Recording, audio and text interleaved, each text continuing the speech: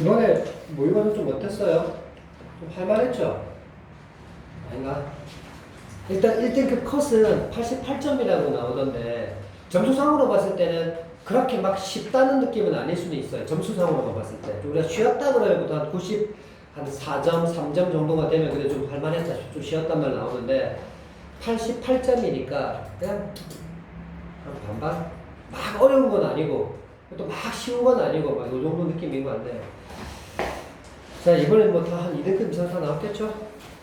그지 뭐 안 물어도 그지? 뭐 그지? 맞죠? 아닌가? 맞죠? 자 할게요. 특히 여러분 이 문학편은 그래도 좀 더 할만하지 않았어요? 그래도 자 16, 19번부터 가겠습니다. 우리가 지금 문학 그 자이스토리에서 기출 문제 가지고 계속 연습을 했기 때문에 이제 실력 발휘가 좀 자기도 모르게 좀 올라오지 않았나 라는 기대감으로 물은 건데 좀 그런 것 같아요 라고죠. 그죠? 고개 좀 끄덕끄덕 해주면 얼마나 좋겠어요. 보람도 있고 그지? 자 현대소설입니다. 이런 소설 나올 때 우리가 어떻게 하라고요? 인물 중심으로 글을 읽어주자. 특히 현대소설이기 때문에 이름은 안 바뀔 거예요. 하지만 인물과 인물들의 어떤 관계 설정이 너무나도 중요합니다. 왜요? 그 인물들끼리 사건을 일으킬 거니까. 갈등 관계를 만들 거니까. 그래서 인물 중심으로 항상 읽어주시고요. 드라마 한 편 보다 시작하면서 자, 그 다음에 두 번째는 배경 체크하라고 그랬죠? 역시 시간적 배경, 공간적 배경 다 중요합니다. 현대소설에서는. 세 번째는 서술상의 특징. 특히 선택지에서 많이 나오는 게 뭐였습니까? 현대소설은 시점은 많이 나온다고 했습니다. 구체적인 얘기 항상 있겠습니다. 평상시에 다 한 거니까. 그래서 어느 정도 있다가 시점은 발견하고 있어야 됩니다. 자, 두 번째, 묘사, 대화, 이런 서술상의 어떤 특징들, 주로 많이 물어보는 구성 요소들이죠. 묘사나 대화 가지고. 특히나 이 대화 같은 경우는 이 대화글 속에서 인물들 관계를 알 수 있는 말들 많이 쓸 거고요. 또한 과거에 또 어떤 일들이 일어났는지 표면적으로는 보이지 않지만 어떤 사건들이 벌어졌는지도 대화 속에 많이 나타납니다. 자, 세 번째, 인물들을 연결시킬 수 있는 중요한 어떤 소재가 등장한다면 또 그것도 출제 요소가 됩니다. 그래서 좀 이런 것들을 마음속에 늘 담아두고 접근하셔야 돼요. 근데 실제적으로 우리가 시험을 칠 때는 제가 꿀팁 드렸잖아요. 이런 거 매번 다 내가 찾는 게 좀 부담스러우면 선택지를 먼저 보라고, 빨리. 예를 들어서 16번 보면 인물에 대한 이해니까 이거 인물 문제예요, 이거. 인물 문제니까 이런 문제는 아닙니다. 그리고 17번 대화라고 해서 박스 쳐놨어요. 그럼 역시 대화에서 어떤 역할들이 있었는지를 또 이것도 내용 봐서 우리가 풀어야 되는 문제예요. 그 다음에 18번 문제, 이것도 기억명 밑줄 쳤었기 때문에 이것도 문맥을 통해서 바로바로 실시간으로 풀어야 될 문제였고요. 거의 내용 문제예요, 내용 문제. 그 다음에 19번에는 역시나 보기를 깔아서 이 보기를 조건으로 삼아서 선택지를 만들어 놨습니다. 그래서 내용과 보기의 연결이 자연스러운지, 특히 이런 거 잘 못하는 친구가 있다고 그랬는데 이런 보기가 깔려있는 문제는요, 출제자들이 어떻게 문제를 내냐면 선택지 보세요. 그가 노인의 생존사 권벌 그린 것과 그리고 중년 남자가 그의 차를 찌그리던 것은 이거 다 뭔데요? 앞에 말.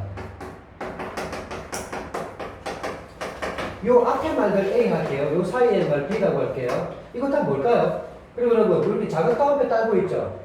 요 작은 따옴표 깔고 있는 건 뭐예요? 본문의 내용들 인용했다는 뜻이에요, 이게. 그러니까 이건 그리고 내용, 지문에 가져왔다는 얘기야. 지문의 내용을 가져왔다는 얘기야.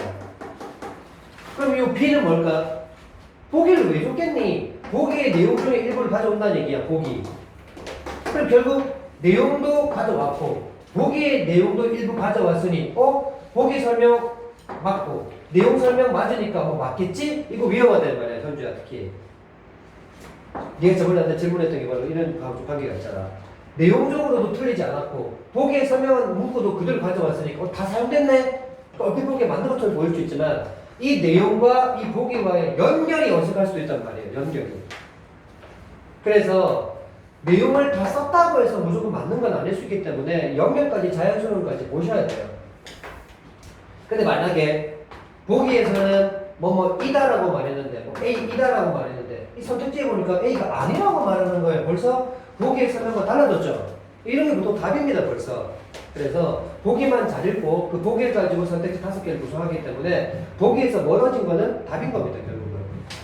빨리 풀 수 있는 요령이기도 하고요. 자, 그런데 지금 여러분, 이 문제에서는 지금 서술상 특징 묻는 문제가 안 나왔네요. 여기서는 안 나왔습니다, 지금. 그런데 대부분의 문제는 지문 나오고 첫 번째 묻는 문제가 서술상의 특징 묻는 문제예요. 그러니까 이런 것들이 상당히 많이 나올 거예요.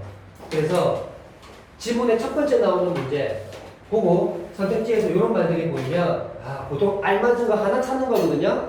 그래서 이런 것들을 일단 물었으니까 이런 것도 나오면 내가 좀 신경 쓰고 읽어야지라고 마음을 좀 먹고 들어가주면 좋겠다.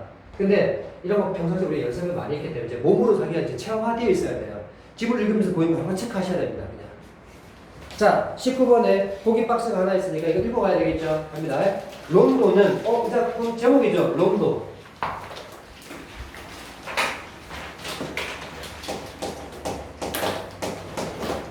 자, 근데 여러분 이게 우연인지는 모르겠지만 작가 이름 혹시 보셨나요? 누구예요? 누구예요? 그래, 성성재인데 이 사람 누구냐고. 아무도 없다고 모르는. 이게 우연의 일치인지 몰라도 황만근은 이렇게 말했다 작가잖아요. 투명 인간이라는 작품하고 황만근은 이렇게 말했다. 이 두 작품은요 성성재 작품 중에서 기출로 자주 나오는 작품입니다. 자, 갑니다. 그러니까 여러분이 얼마나 문학을 볼 때 작가를 무시하고 보느냐 말이야. 그러니까 작가도 좀 봐야 돼. 작가 이름도 좀 봐야 돼. 자, 론도는 주제 선율이 반복되는 사이에 주제 선율과 차이를 지닌 선율이 삽입되어 주제 선율을 더욱 부각시키는 음악 형식이다. 그렇습니다. 론도는 음악 용어네요, 이제. 그러니까 당연히 우리 같은 사람이 모르지. 저도 처음 봤어요, 론도라는 거. 자, 그러면 이런 게 일종의 이런 거죠. 주제 선율이 나오고 그 주제 선율과 뭔가 차이를 보이는 선율. 일종의 대조가 된다는 얘기잖아. 그러니까 대조의 효과가 뭔데? 흰색 옆에 검은색이 있으면 검은색이 더 검어 보이고 흰색도 더 더 희 보이잖아요. 그렇죠? 즉 부각합니다. 부각. 그지? 이 대조의 차이 때문에 이 말하고자 하는 바가 의미가 더 부각되는 거 아닙니까? 이게 그 얘기하고 있죠?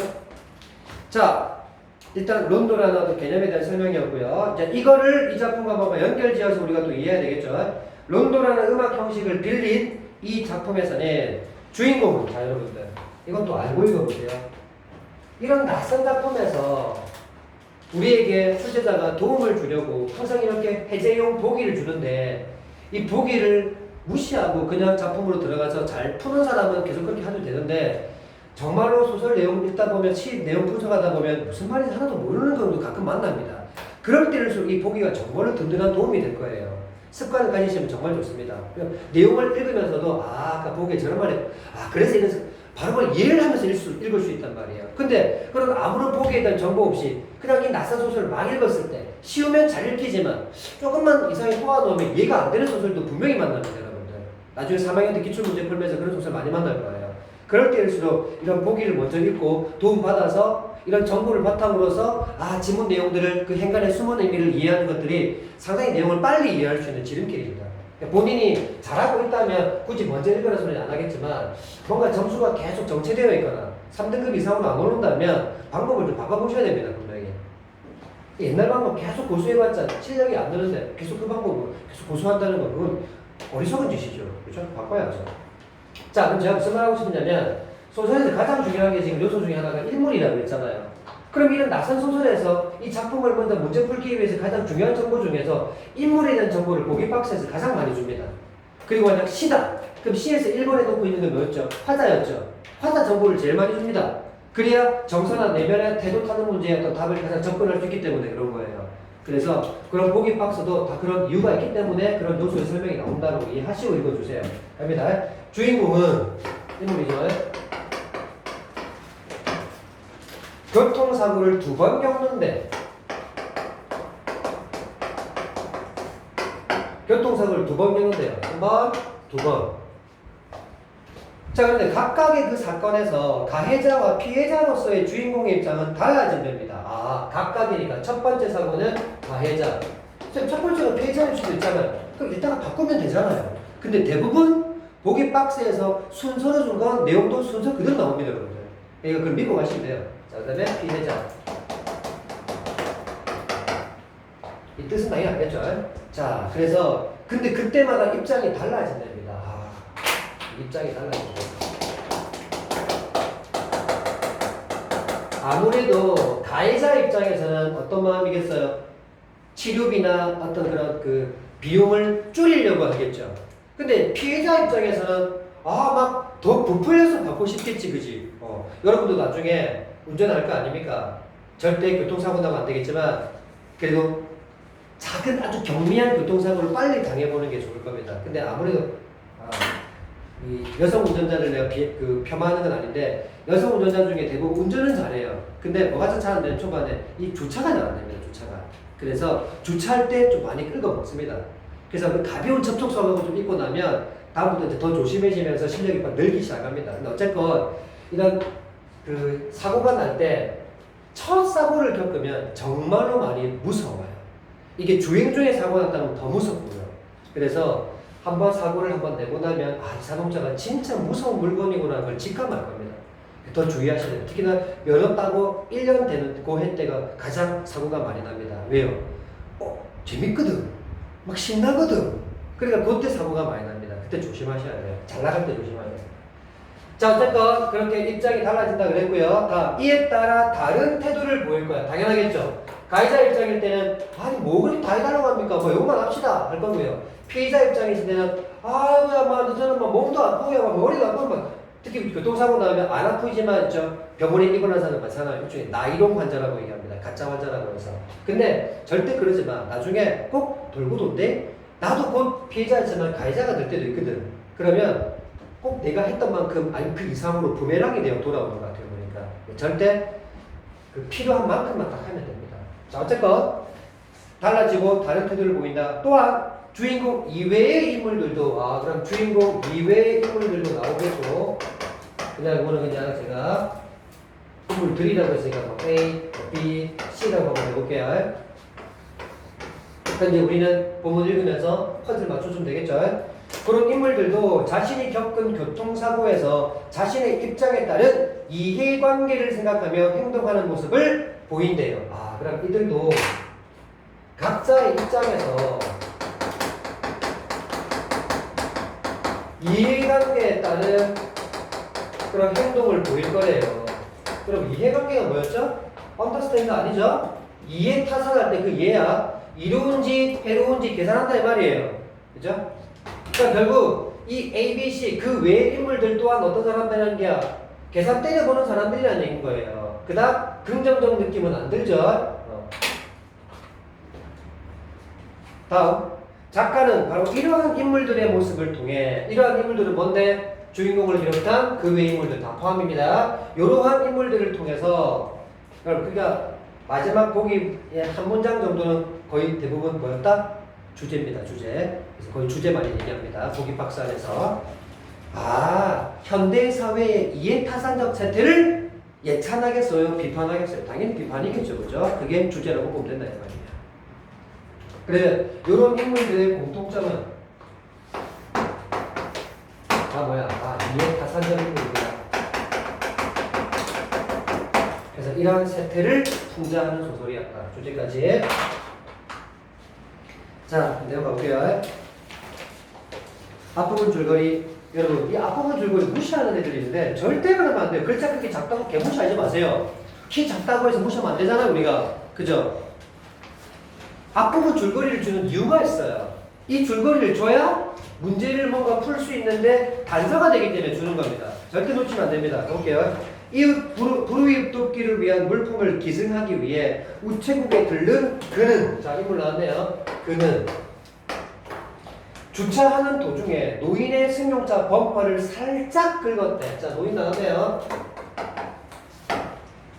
그래, 이제 정리합시다.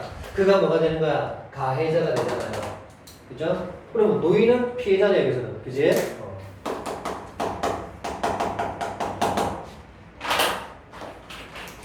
자, 결국 교통사고를 낸 겁니다. 그죠? 첫 번째 교통사고 얘기하고 있는 거 같죠? 그래서 노인과 시비 끝에 왜 시비하겠어? 줄이려고 할 것이고 많이 받아내려고 하겠죠. 그죠? 줄이려고 할 거고 많이 받아내려고 할 거란 말이야. 그러니까 이제 시비를 하겠지. 그 끝에 경찰관의 어떤 중재로 보험 처리를 하기로 했다. 결국 보험을 하는데 당연히 그러면 교통사고 나면 보험사 불러야겠죠. 그죠? 자, 글쎄, 그리고 여러분 줄거리에서 이어지는 내용들은요 바로 그 내용 바로 바꿔 들어오는 거예요. 그 사이에 뭐 생각된 거 없어요. 글쎄, 그거 누구를 속이거나 남의 걸 빼앗는 게 아니고 자기 권리를 찾는 거라니까요. 그렇게 오랫동안 무사고 운전을 하셨으면 보험회사한테 얼마나 갖다 바친 겁니까? 그동안 사소한 사고를 내고도 몇백, 몇천씩 뜯어먹은 운전자들이 또 얼마나 많겠어요. 이제는 사장님 밥상을 찾아 먹을 때도 됐죠? 여러분, 대사 나오면 누가 이 말을 했는지 빨리 찾아야 되겠죠? 본업인 차량 경정비보다는 덴트 보험 처리라는 글자를 더 훨씬 크게 화려하게 유리문에 붙여놓은 정비업체 사장은 몸집이 자그마했다. 그럼 이 말은 정비업체 사장이 한 말이야.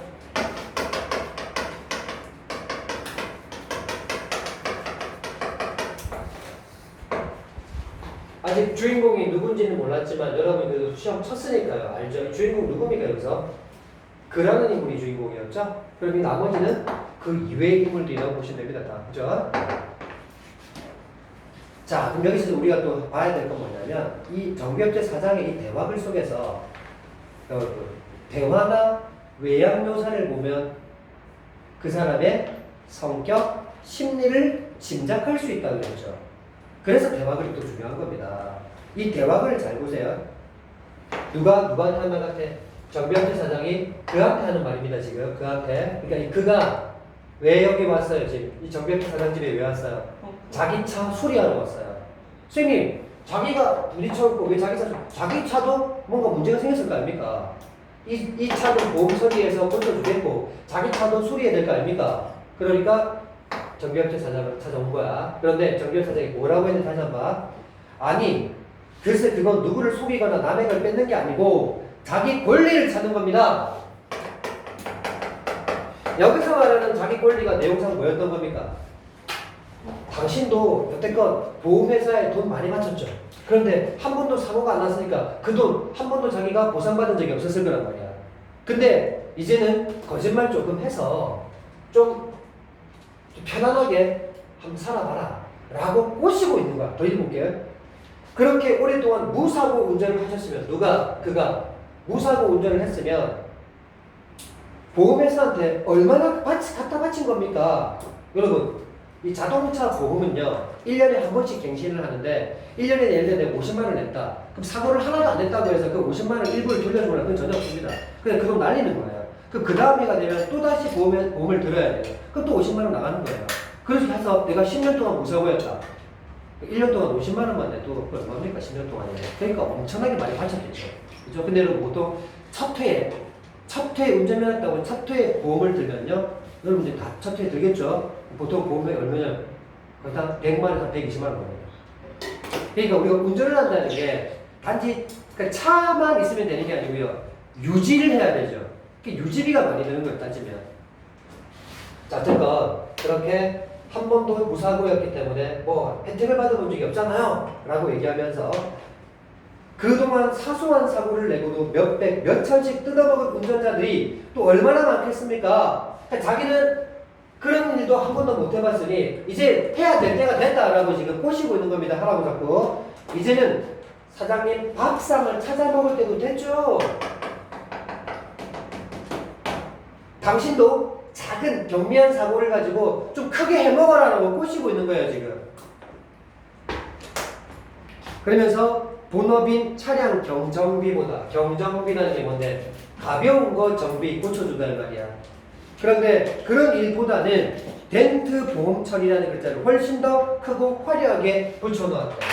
자기 본업도 아니면서. 덴트가 뭐냐면 차량이 이렇게 어디에 받치면 어떻게 돼요? 휘거나 움푹 파이죠. 그걸 다시 펴거나 다시 이렇게 그러니까 복원시켜주는 거. 그걸 덴트라고 얘기합니다. 자, 그 다음에 보험 처리. 나누면서 요런 쪽을 더 크게 부각한 거야. 왜 그랬을까? 왜 경정비보다 이쪽을 더 부각했을까?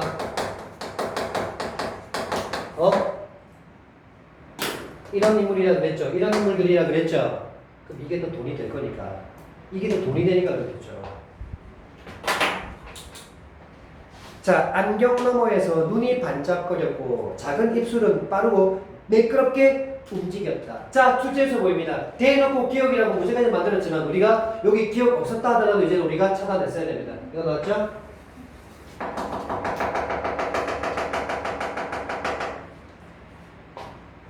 뭐 아직까지는 우리가 전체 내용을 모르는 상태에서 섣부르게 판단하기 좀 그렇지만 이제 내용을 다 읽었으니까 이거 딱 느낌이 어때요? 눈이 반짝반짝거리고 작은 입술이 빠르게 움직이는 이런 모습이 어때? 상당히 사람이 조금 그지 돈을 벌기 위해서 뭔가 좀 현황이 되어 있는 돈 쪽으로 상당히 뭔가 발달되어 있는 약간 이런 모습의 묘사일 수 있었단 말이에요. 이런 것들이. 그는 매끈하게 치장해 놓은 가게 안 공간에 어울리지 않게 크고 무거워 보이는 자신의 차에 몸을 기댔다. 글쎄, 여러분 이런 거 기억나면 실시간으로 바로 문제 풀어야 되죠. 다 보고 왔을 거라 믿고 갑니다. 글쎄, 보험회사 직원도 그런 말을 하긴 했어요. 쉽게 해결하는 방법이 있다고. 여러분 이 말 지금 누가 하고 있죠? 그가 하고 있어요. 그가. 그러면 그가 뭐라고 하는지 다시 볼게요. 보험회사 직원도 그런 말을 하긴 했어요. 쉽게 해결할 방법이 있다고.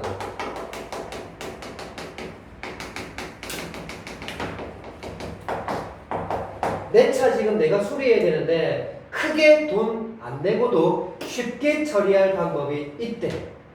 그럼 그건 어떤 상식적인 전에서 정의롭지 않은 약간 그런 일들이 가능성이 클 거야. 약간 상식을 벗어난 정의롭지 않은 약간 그런 방법일 수 있겠죠. 그래도 우리같이 순진한 사람이 그런 걸 할 수 있을까 싶은데, 그러니까 방법은 있다는 건 아는데 우리같이 나처럼 순진한 사람은 그런 일 좀 두려운데 하기가 한 번도 그런 일 안 해봤기 때문에 자기 자신을 순진하다라고 얘기하고 있죠. 그죠? 그러니까 아무래도 이런 방법이 옳지 않은 방법이라는 건 감이 오죠. 그와 나이가 비슷해 보이는 사장은, 자, 그와 나이가 비슷해 보이는 사장은 말을 하면서도 눈과 귀, 손과 발을 쉬는 법이 없었다. 뭐하고 있겠어? 차량을 막 이렇게 막 보고 있겠지 지금. 순식간에 그의 차에 새겨진 세월과 부조의 흔적이 드러났다. 그러니까 말을 막 대화를 나누면서 가져온 이 자동차를, 그죠? 요 사장이 막 살펴보겠지. 어디 고쳐야 될 건 없는지, 그지? 그러니까 거기에 막 많이 세월이 흔적 때문에 그지 부주의한 흔적들이 많이 보여. 어디 찌 막히고 막 그런 부분이 있었겠지. 여기 크게 박은 게 2군데, 작은 건 4군데네요. 범퍼는 새끈하게 제가 칠해드릴 것이고 이거 다 합치면 원래 한 7, 80만원 되겠는데요. 제가 보험 할증 안 붙게 50안짝으로 맞춰드릴 테니까 사장님은 보험회사에 전화 걸어서 주차장에 가만히 세워놓은 차를 누가 바꿔갔다요? 라고 하세요. 이거 거짓말이잖아 지금.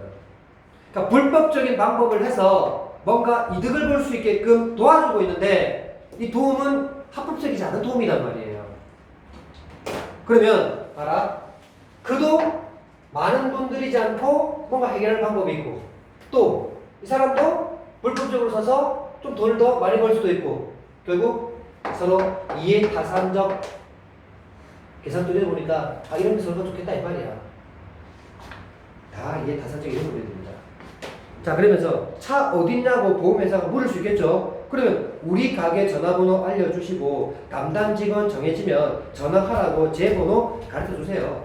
그 다음에 사장님은 싹 빠지시면 됩니다. 나머지는 우리가 다 알아서 하니까요. 우리는 프로니까요. 척하면 서로 알아보는 거죠. 척하면 대충 다 알아통한다 이 말이야. 그 말은 그 보험회사 측이나 요 사장 측이나 다 이런 일을 한두 번 해본 솜씨들이 아니다 이 말이야. 불법적으로 그지 돈을 벌 수 있는 방법들을 다 알고 있어. 이거 딱 읽으면서 내가 무슨 생각 들었냐면 내가 최근에 내 차가 딱 이런 일을 당했어. 진짜 딱 얼마 전에 한 달 보름 됐나? 내가 이제 야구를 하거든. 사회인 야구 갔다가 야구 다 하고 이제 딱 차 타서 딱 나와야 되는데 주차장에서 딱 나와야 되는데 내 차 왼쪽에 연석이 이렇게 있었어. 연석이 뭔 줄 알아? 연석, 길거리 도로같이 걷다 보면 도로가 있고 인도가 있으면 그거 다 구분해 놓는 약간 그 위에 이렇게 약간 위로 튀어나온 그 돌 같은 거 있잖아. 그걸 연석이라고 하거든. 내 옆에 연석이 있었어. 근데 길은 이쪽으로 가야 되거든. 그럼 당연히 차를 좀 더 빼가지고 이렇게 빠야 되는데 근데 통화를 하다가 이 연석을 내가 생각을 못한 거야.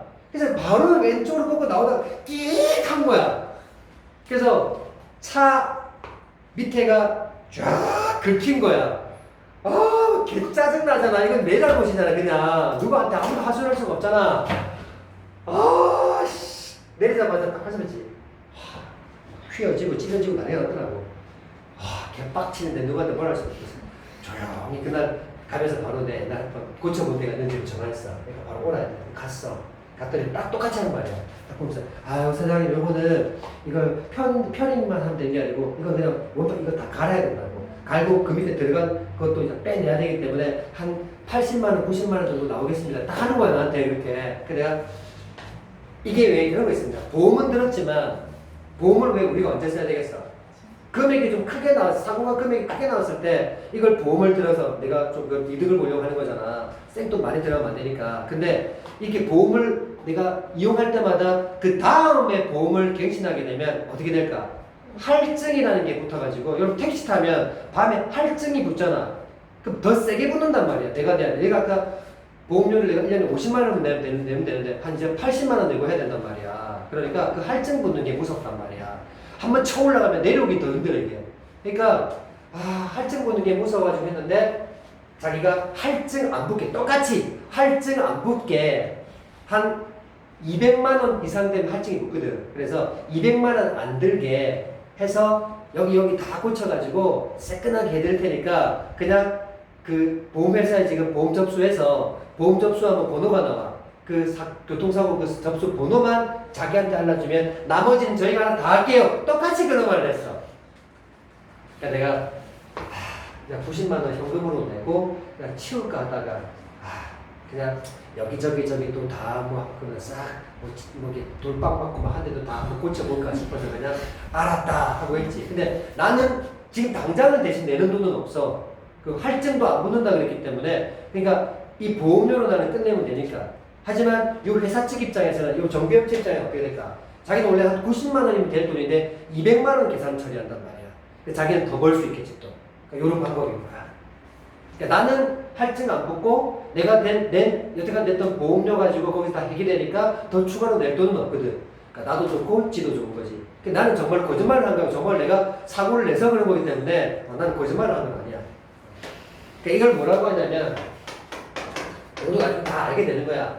자동차 보험 안에 제일 많이 뭐 이런 요소들이 있는데 그 다 합산해서 자동차 보험료가 되거든. 그 중에 가장 많이 내는 것 중에 하나가 자차 보험이야.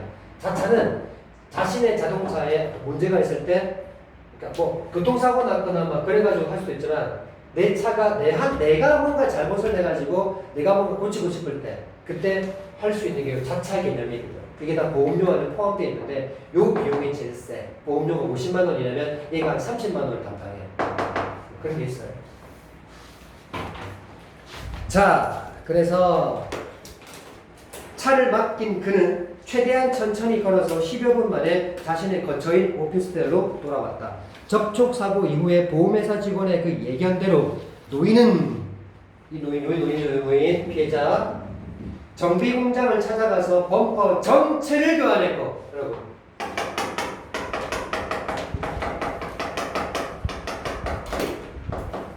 아까 줄거리 그래서 필요한 거야. 그 앞부분 줄거리에서 어느 정도 사고가 났어? 살짝 긁었다 그랬잖아. 예를 들어 이 범퍼가 요 앞에 있는 게 범퍼야. 위에 범퍼. 요 뒤에 있는 거 요쪽이 범퍼야. 뒷 범퍼, 앞 범퍼야. 이건 다들 플라스틱으로 만들기 때문에 이거는 보통 얼마 안 해. 근데 살짝 키스가 났대. 보통 이런 것들은 그냥 물건 있어, 그런 거. 하나 갖고 와서 컴파운드라고 해서 그거 들고 와서 싹 보통 지워서 보통 이런 거. 근데 아예 통째로 교환했다고 했잖아. 어때, 임마? 이것도 상당히 이해타산적인 인물이란 말이야, 이것도. 이참에 내가 피해받은 이참에 뭔가 크게 내가 이득을 봐야지 라고 생각하는 사람이지. 아슬아슬하게 보험료 할증이 없는 상태로 사태는 결국 마무리되었다. 그는 노인과 시비를 벌이는 와중에 여러분 그가 왜 이 정비업체 사장을 찾아왔는지 그 이유가 나오네요. 그죠? 시비를 벌이는 와중에 화풀이로 자기 차를 발로 차고 주먹질을 뻥 했어. 아까 싸우다가. 그래서 생긴 흔적을 포함해서 원래부터 있던 차에 생긴 크고 작은 상처를 좀 고쳐볼까 싶어서 차량 정비와 외장 수리를 전문으로 한다는 오피스텔 앞 정비업체를 찾아왔던 것이었다 이 말이야. 여기를 왜 왔는지 그 이유 설명하겠지? 자, 이제 보험회사에 전화를 걸자 전과 마찬가지로 네네 친절하게 모시겠습니다. 빠르웨이 자동차 보험 상담은 김민영입니다. 무엇을 도와드릴까요? 하는 기계음을 닮은 여자의 목소리가 들려왔다. 그는 알레르기 증상이라도 있는 것처럼 기침을 했다. 제 차를요 주차장에 놔뒀는데요 어떤 놈이 살짝 받고 도망을 난 것 같아서요. 이 말 뭐지? 아까 유 사장이 그대로 시킨 대로 하고 있네, 그지? 거짓말하고 있죠. 네네 고객님 정말 상실이 크시겠습니다. 그럼 먼저 고객님의 신원부터 확인하고 도와드리도록 하겠습니다. 전화번호가 018-231-9174 맞나요? 고객님 성함은 박자, 정자, 국자 맞으시죠? 성화에는 보통 자자 안 붙여도 됩니다.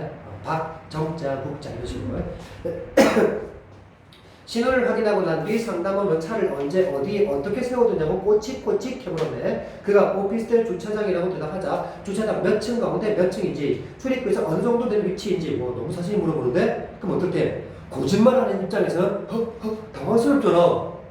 그는 허둥대는 와중에도 혹시 CCTV가 작동됐을지도 모른다고 생각해서 주차장 그냥 바깥 건물 벽에 붙여서 세워뒀다고 그냥 둘러댔다. 이런 거 나오는 거 실시간으로 바로 확인하시죠, 그죠? 네.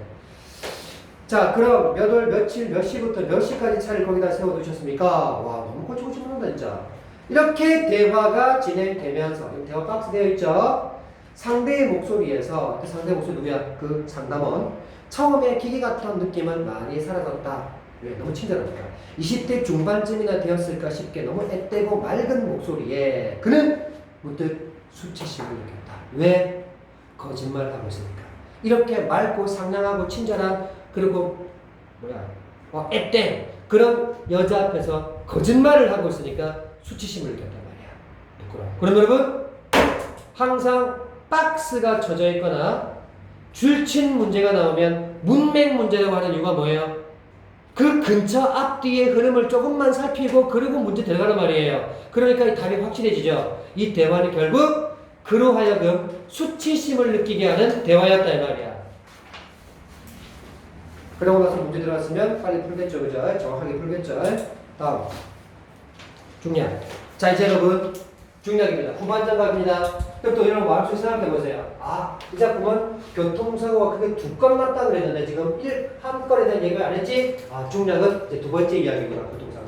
그렇죠? 갑니다.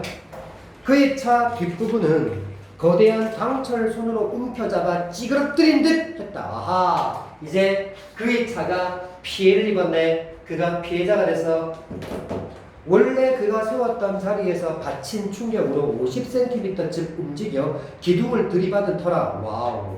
뒤에서 팡 받치고 앞으로 이렇게 이동되다가 또 팡 부딪히고 오른쪽 뒷문이 완전히 으스러진 채였다. 그런 나에게도 이런 행운이 찾아올 때도 있구나 싶어 가슴이 떨렸다. 이 문장 중요하죠. 아니 피해를 입었는데 좀 뭐라고 표현해서 행운이 왔다고 얘기하잖아요. 왜요? 잘 됐다. 이참에 나도 왕창 고쳐보자. 이런 마음이 들었겠죠. 그죠? 상당히 이해타산입니다. 근데 나도 고백할게. 나도 이런 마음 먹은 적 많다. 지금은 이제 그런 사고가 안 나게 되긴 한데 옛날에 이제 처음 운전할 때 대부분 중고차를 많이 타거든. 이런저런 접촉사고도 많이 나고 하니까 운전이 아직 미숙할 때니까. 그래서 대부분 처음에는 그 중고차를 많이 사. 내 기억에 내가 처음 중고차를 딱 샀을 때가 200만 원짜리 차를 처음에 샀어. 지금도 기억해. 그 차를 샀는데 정말 잘못 샀었어. 그래서 중고차를 살 때는 반드시 차를 좀 아는 사람이랑 같이 가야 돼. 근데 나는 그렇잖아. 내 차가 생긴다는 그 들뜬 마음에 그냥 그 돈에만 맞춰가지고 차를 사려고 하니까 이 파는 사람 입장에서는 어떻게든 좀 차를 좀 그 값도 아닌데 부풀려서 팔게 돼 있거든. 근데 깎을 생각도 못 했던 거야. 그냥 200만 원만 맞춰가지고 200만 원짜리 사줘. 뭐 이렇게 했으니까 내가 얼마나 바보 같은 짓 했어 지금 생각하면. 그래서 내가 볼 때 한 50만 원짜리 차를 준 것 같아 진짜로. 그래서 딱 탔는데 한 달쯤 됐나? 내리막길을 가는데 시동이 꺼지는 거야. 싫어요. 시동이 꺼지면 여러분 어떤 상황이 벌어지는지 알아요? 핸들이 안 움직입니다. 시동이 꺼졌으니까. 즉 정지 상태입니다. 차가. 근데 내리막이잖아. 관성이 있겠지. 바퀴는 계속 구르려는 그런 관성이 있겠지. 브레이크 밟힐까? 시동이 꺼졌는데 안 밟혀. 진짜로 무슨 생각이 들냐면 오늘 중간구나. 내려가면서 정말로 와 근데 정말 다행인 거는 아직 내가 살아있잖아. 근데 귀신은 아니잖아. 그치? 이 정도의 급경사까지는 아니었고 한 이 정도 됐나? 차 이렇게 내려오는데 이렇게 삼거리가 있어. 삼거리.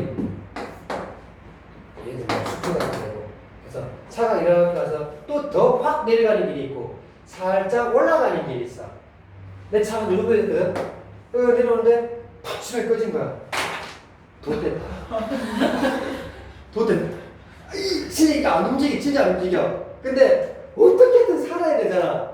그 어떻게 됐냐면 이런 식의 오르막길이 있는 걸 알거든. 맨날 다니는 길이니까. 어쨌든 무조건 차를 이 방향으로 올려야 된다. 그럼 여기 갔다가 할 수 있잖아. 진짜로 초능력을 발휘했어. 이 정도 움직였어. 이 정도 진짜 안 움직이거든. 근데 뽑힌 줄. 한 2cm? 다행히 2cm 되면 앞에 밖에 움직였어 이렇게. 그래가지고 그나마 여기 꺾인 거야. 요 정도에 우리 걸쳤어 진짜. 다행히 정말 여기 오는 차가 없었어. 와 진짜 하늘이 도운 거야. 천운이었어 진짜. 그렇게 한번 딱 서고 나니까 이제 딱 막상 서니까 가슴이 부득부득 하는 거야. 얼마나 흥분하고 긴장되겠어. 바로 그 회사에 전화했지. 판매 중고차. 쟤네 일이 지금 일이 됐다. 빨리 와서 이 차 빨리 들고 와라 내가. 죽을 뻔했다. 또 시동 꺼지는 차를 어떻게 파냐고 막 난리 났지. 그러니까 내보고 내가 운전을 잘못해서 그런 거라고 또 잡아떼는 거지. 와 개빡치지.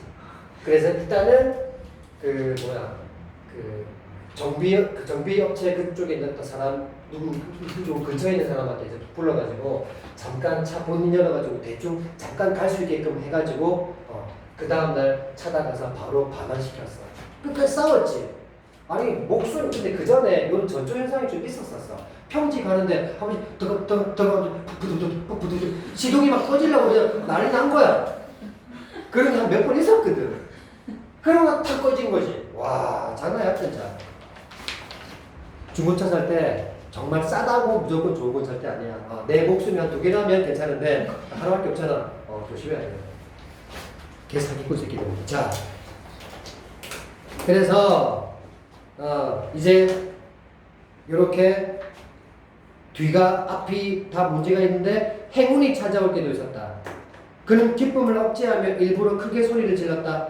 아이고 이거 새로 덴트도 하고 폈다 이 말이야 다시. 그리고 코팅까지 한 게 일주일도 안 됐는데 아이고 돈 처바른 게 이제 흔적도 없어졌네. 무슨 말이야? 나 얼마 전에 엄청나게 돈 들였는데 새 차를 셋백으로 만들었다. 근데 이 사고를 당했다. 이렇게 일부러 지금 뭔가 이 사고 비용을 크게 또 받아내려고 이런 말 하고 있는 거 같죠? 자 이제 두꺼운 뿔테 안경을 쓰고 양복 정장을 입은 어떤 묘사죠. 중년 남자가 다가왔다. 자 그럼 이 중년 남자는 요 두 번째 교통사고의 가해자다. 그지?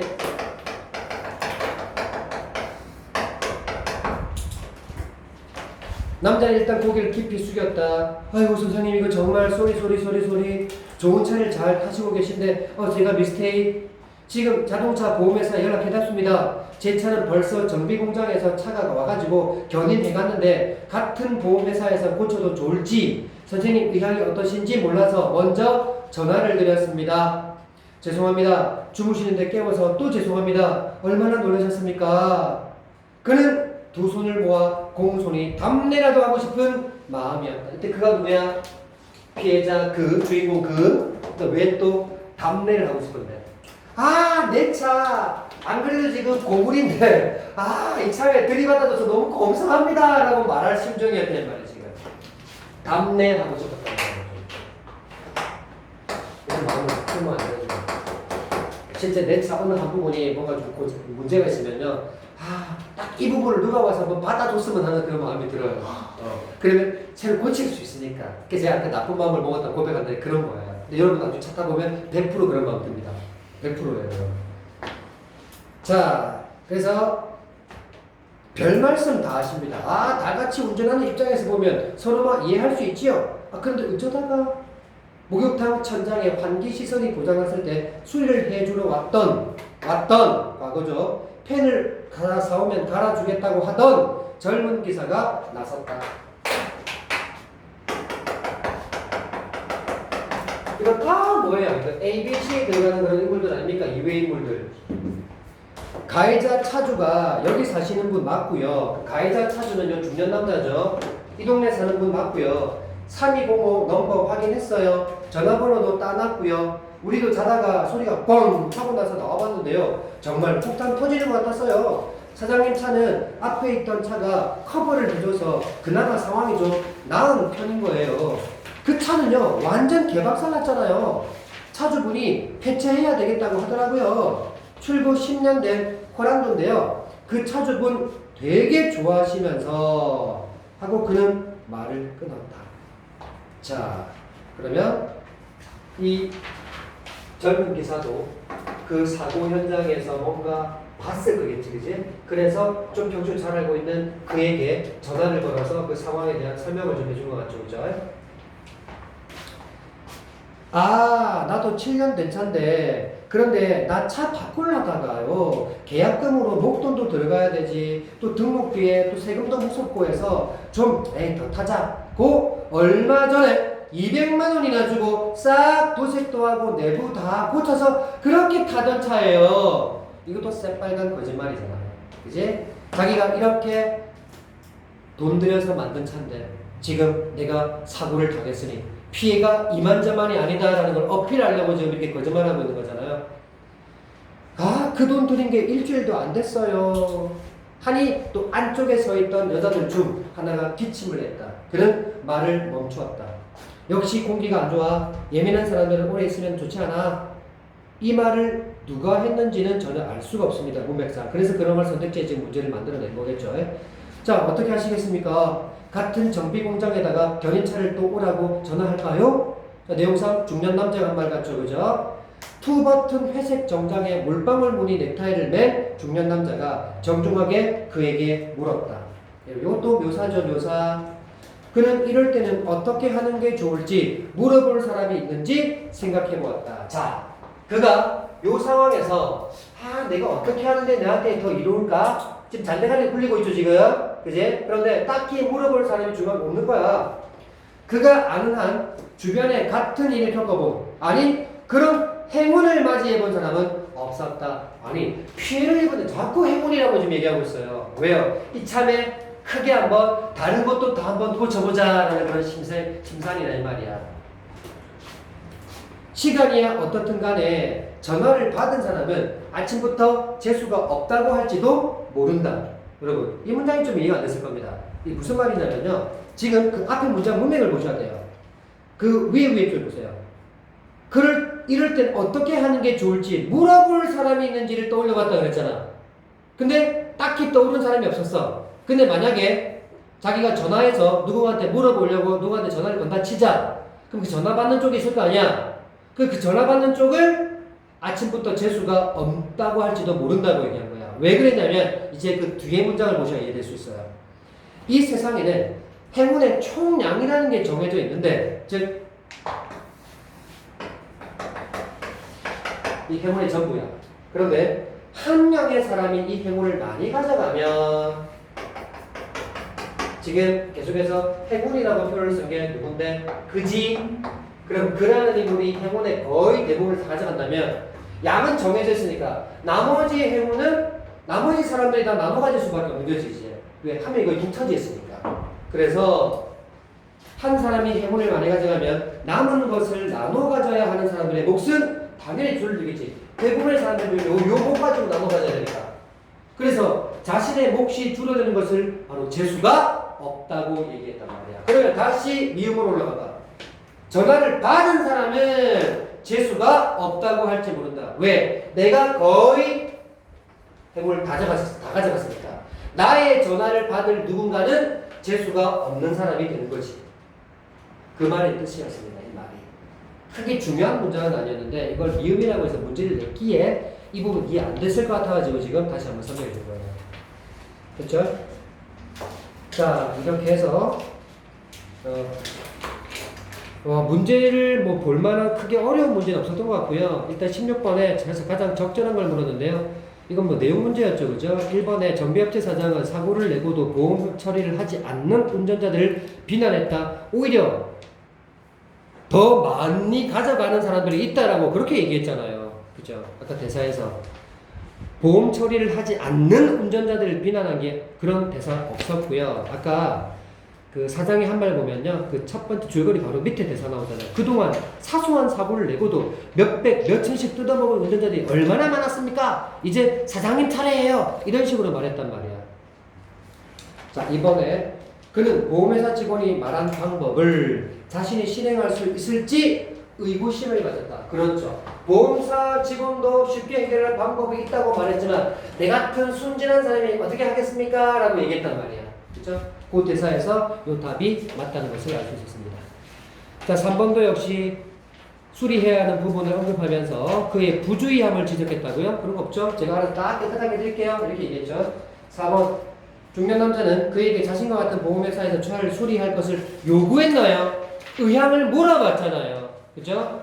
어떠실지 물어봤지 뭘 요구했습니까? 강제적으로 하지 않았습니다. 5번 젊은 기사는 중년 남자가 사고를 내는 순간에 목격한 내용을 그에게 전달했다. 자, 이것도 아마 오답이 상당히 높았던 문제입니다. 이번에 이 16번 문제가요. 꽤 오답이 높았었습니다. 그러니까 이 문제에 틀린 친구가 아마 여기도 꽤 있을 거예요. 그렇다면 이 오답률이 제가 그때 보기로 한 70% 이상의 오답률이었습니다. 이게 말도 안 되죠. 그런데 이 5번 학생이 많았었어요. 여기 보시면 어떻게 잘못했어요? 중년 남자가 사고를 내는 그 현장, 그 내는 순간에 있었던 게 아니고요. 벌어지고 난 이후에 본 거죠. 그래서 선후관계가 잘못된 겁니다. 요즘 나오는 그 내용 문제 중에서요. 이렇게 선후관계 처리를 잘못 이렇게 만들어서 선택지 많이 만듭니다. 그래서 전후관계, 선후관계 좀 잘 보셔야 됩니다. 17번 아까 얘기했죠? 2번 정답이었고요. 수치심, 부끄러움이었죠. 18번 적절치 않은 걸 물었는데요. 4번만 보죠. 리얼에서 아까 누가 한 말인지 서술의 주체가 분명하지 않은 것을 보면 여기까지 좋아요. 아, 역시 공기가 안 좋아. 예민한 사람들은 오래 있으면 좋지 않아. 이런 말 누가 하는지 모르겠습니다, 솔직히. 근데 공간적 배경에 따라 서술자가 달라진답니다. 여러분, 요 문제가 아까 제가 얘기했던 서술상 특징 묻는 문제를 살짝 변형시킨 것 같아요. 보통 보면요, 제가 그런 걸 기억하죠. 서술상 특징 묻는 문제에서 알맞은 거 하나 찾는다고 했잖아요. 근데 하나가 맞으면 4개는 자동으로 다 틀릴 거 아닙니까? 그때 항상 답 아닌 아이로 들러리 서는 선지 있어도 2개. 하나는 서술자가 달라진다는 얘기. 그게 지금 여기서 나오는 겁니다. 서술자가 달라진다는 건 거의 답이 아니라고 제가 얘기했습니다. 무조건 하나만 맞아요. 또 2번째, 동시간대에 벌어지는 다른 공간에서 동시간대에 벌어진 이야기를 나열했다. 역시 항상 답이 아니었어요. 이거. 그래서 지금 이 서술상 특징에 대한 문제에 약간 살짝 변형 문제로 되어서 여기 나타난 거예요. 결국 이 말이 공간적 배경에 따라라는 말을 또 주목하시면요. 어떤 말이 됩니까? A 공간에 있을 때는 A 서술자, B 공간이 되면 B 서술자. 이렇게 된다는 얘기입니다. 이 얘기가. 그러니까 공간마다 서술가 달라진다는데 그게 가능 안 했습니까? 불가능입니다. 그래서 이게 틀렸던 답이었고요. 자, 마지막 19번 가겠습니다. 적절치 않은 걸 역시 물었는데요. 결국 이 문제는요. 선택지를 잘 보시면요. 거의 2개씩 나와요. 가해자, 피해자. 가해자, 피해자. 이런 식으로. 1번. 그가 노인의 승용차 범퍼를 긁은 것과 그건 가해자죠. 중년 남자가 그의 차를 찌그러뜨린 것이 그러면 그 입장에서는 이거는 피해자잖아. 다시. 앞에 말은 그 입장에서 가해자고 뒤에 말은 그 입장에서는 피해자야. 모두 교통사고에 해당하는데 맞고 이는 론도라는 음악 형식을 차용해서 자 음악 형식 이게 말하는 거 뭐였어? 두 개의 어떤 차이점을 보여준다 그랬잖아. 아 그럼 하나는 가해자 하나는 피해자니까 차이점 부각했다 이 말이야. 이해돼? 그래서 주인공이 겪었던 사건을 통해서 입장이 달라지는 것을 보여주려고 했겠지. 맞는 말. 2번 노인이 정비용 총장을 찾아가서 범퍼 전체를 교체하는 것과 이거 내용이 상해했죠. 그리고 호랑도 차주가 폐차해야 되겠다고 말하면 좋아하는 모습에서 범퍼 전체를 교체하는 것도 노인 입장에서는 좋은 것이었고 요 차주 입장에서 좋아한다 그랬으니까 다 이해타산적 세태 즉 자기한테 이론적으로 생각했으니까 좋아했겠지. 다음 3번 노인과 시비를 벌이며 화풀이로 차를 발로 차고 주먹질을 가한 그러면 자기 차한테 해를 입혔어. 그럼 이건 가해자지. 그리고 중년 남자와의 사고를 행운이 찾아온 거라고 여기는 것 그건 피해자 입장이지. 그래서 자신의 입장에 따른 이해관계를 생각하며 행동하는 인물의 모습. 좀 가해자일 때 피해자일 때 달라진다 이 말이야. 4번 그 돈 들인 게 일주일도 안 되었다는 피해자 입장. 공손히 답례라도 하고 싶은 심정이라고 생각하는 그의 모습. 이것도 누굽니까? 그죠. 피해자야. 둘 다 피해자 입장이야. 그럼 입장에 따라 다른 태도야? 아니야. 둘 다 피해자인데 안 맞단 말이야. 이해돼? 자, 이렇게 푸는 문제였습니다. 5번도 접촉사고의 상황과 이때는 가해자 입장이었죠. 오른쪽 뒷문이 완전히 으스러진 사고는 당한 거죠. 그건 피해자 입장이죠. 그래서 사건에 따라 주인공 입장이 달라지니까 가해자일 때 피해자일 때 맞단 말이에요. 자 오늘은 여기까지 하겠습니다. 다음 시간에 그대로 챙겨보세요. 복사 없습니다.